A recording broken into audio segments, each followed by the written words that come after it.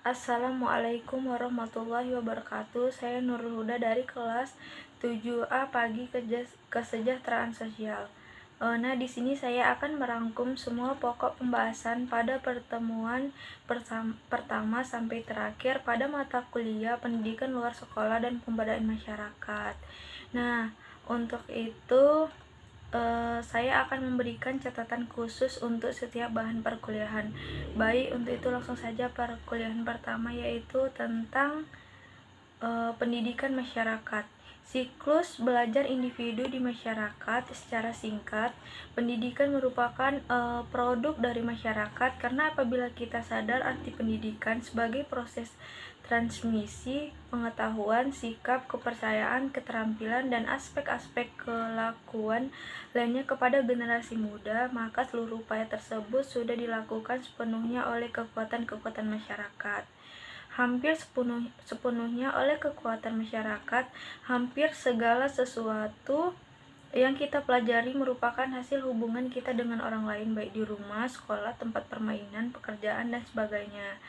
Fungsi sekolah secara mendasar, sekolah bertugas untuk memberikan bekal pengetahuan, keterampilan, dan kemampuan yang diperlukan seseorang agar ia dapat menapaki perjalanan kedewasaannya secara utuh dan tersalurkannya bakat-bakat potensi yang ia miliki. Sekolah mengajarkan peranan sosial pendidikan untuk membentuk manusia yang dapat bergaul dengan sesama manusia sekalipun berbeda agama, suku, bangsa, pendirian, dan sebagainya. Perubahan sosial dan pendidikan telah banyak dibicarakan oleh publik bahwa masyarakat kita saat ini tidak pernah lepas dari gejala perubahan. Namun, karena gejala tersebut memiliki intensitas yang begitu kuat, maka banyak pihak yang mengkhawatirkan ketangguhan daya tangkal atau nilai-nilai masyarakat yang telah mapan menjadi goyah lalu perlahan-lahan akan mengalami pemudaran. Perubahan dalam masyarakat memang telah ada sejak zaman dahulu. Namun dewasa ini perubahan tersebut berjalan dengan sangat cepat. Hal ini membingungkan manusia yang menghadapinya. Pendidikan dan pembaruan masyarakat. Para pendidik yang menaruh kepercayaan yang besar sekali akan kekuasaan pendidikan dalam membentuk masyarakat baru. Oleh karena itu, setiap anak diharapkan memasuki sekolah dan dapat diberikan ide-ide baru tentang masyarakat lebih indah daripada yang sudah-sudah. Sekolah dapat melepaskan diri dari masyarakat tempat ia berada dan dari kontrol pihak yang berkuasa. Sekolah hanya dapat mengikuti perkembangan dan perubahan masyarakat dan tak mungkin mempelopori atau mendahuluinya. Jadi, tidak ada harapan sekolah dapat membangun masyarakat baru lepas dari proses perubahan sosial yang berlangsung dari masyarakat itu. Belajar dari pengalaman berbagai dunia, tentu saja sekolah dapat digunakan oleh yang berkuasa untuk mengadakan perubahan radikal yang diinginkan oleh pihak yang berkuasa. Perubahan kekuasaan dalam suatu negara digolong yang menganut ideologi lain akan memanfaatkan sekolah sebagai alat untuk membangun masyarakat baru menurut ideologi. Perubahan menuju pembaruan dalam pendidikan sangat tergantung kebijakan yang diambil oleh suatu negara. Pertemuan yang kedua yaitu tentang Millennium Development Goals atau MDGs. MDGs atau Tujuan Pembangunan Milenium adalah sebuah paradigma pembangunan global yang dideklarasikan KTT Millennium oleh 189 negara anggota sebagai bagian dari program pembangunan nasional dalam upaya menangani aksi dan kebebasan manusia, perdamaian, keamanan, dan pembangunan.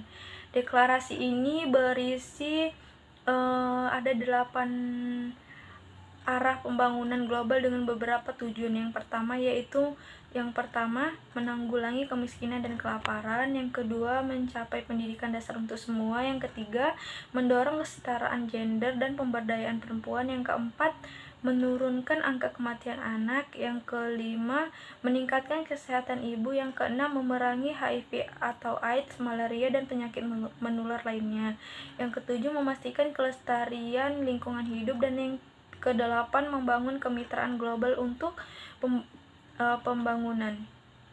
Untuk itu, sedangkan SDGs sendiri merupakan agenda pembangunan dunia yang bertujuan untuk kesejahteraan manusia secara global.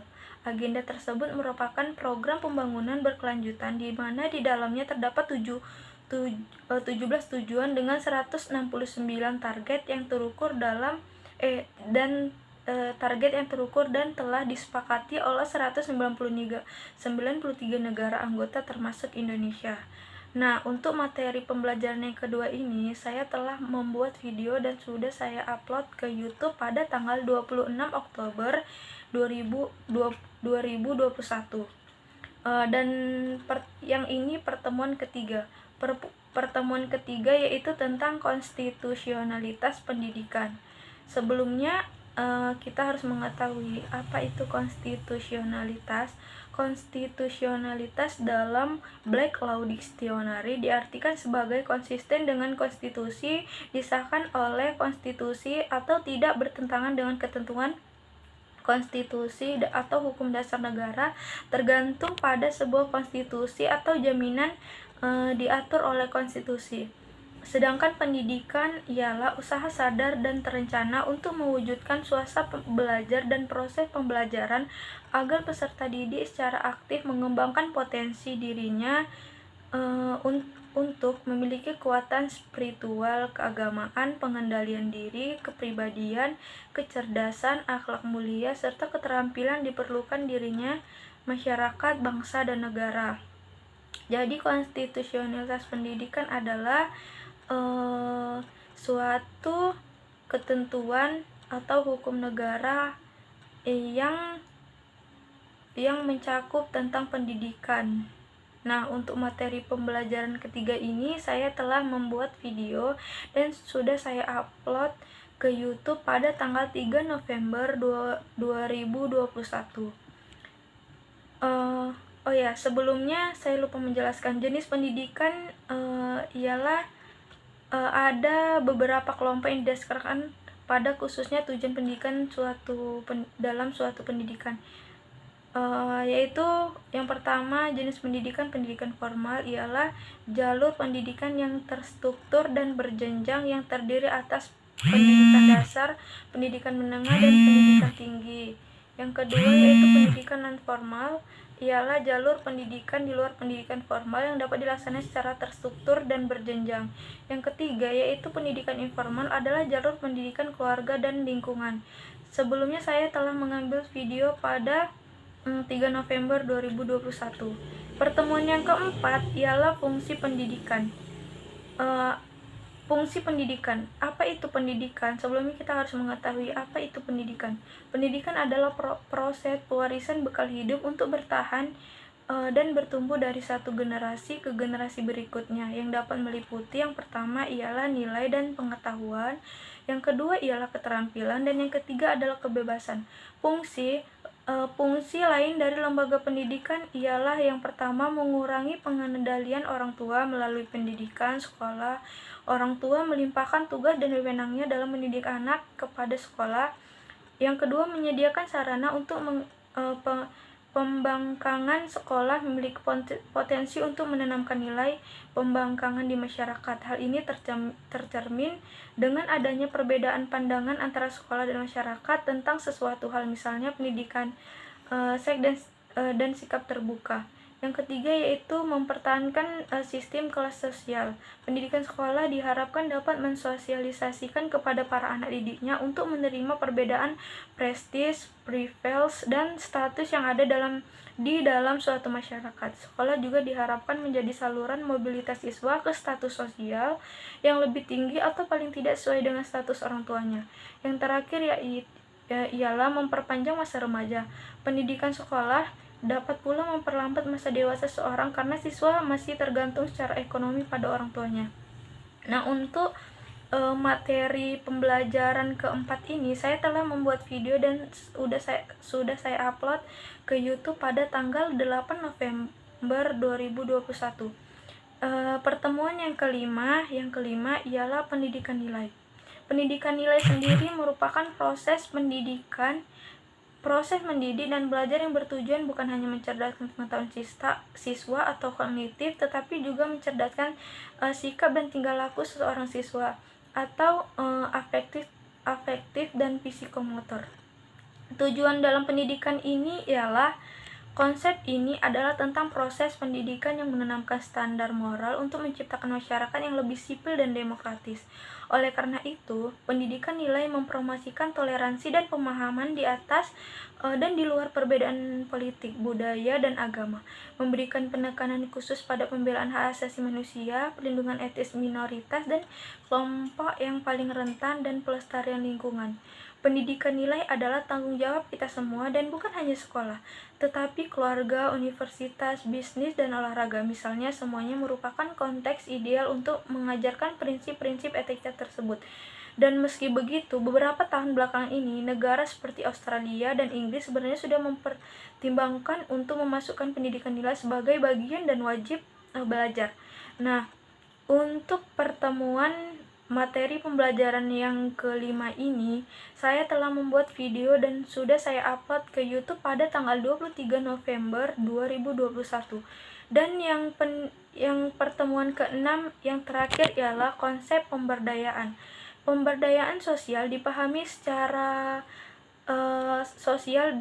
sebagai proses mengembangkan rasa otonomi dan kepercayaan diri, dan bertindak secara individu dan kolektif untuk mengubah hubungan sosial dan institusi dan wacana yang mengecualikan orang miskin dan membuat mereka tetap miskin.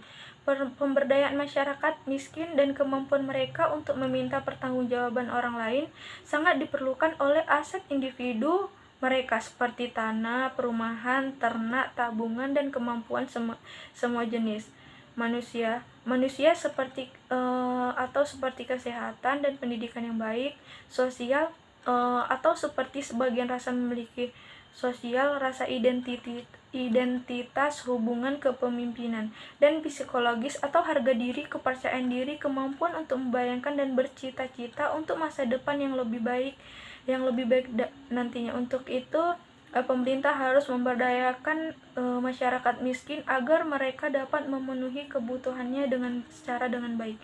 Nah, untuk materi pembelajaran ke-6 ini, saya telah membuat video dan sudah saya upload ke YouTube pada tanggal 23 November pada tanggal 23 November 2021. Itu tadi beberapa rangkuman dari pertemuan pertama sampai terakhir. Jika ada kurang dan lebihnya saya mohon maaf. Billahi taufik wal hidayah. Wassalamualaikum warahmatullahi wabarakatuh.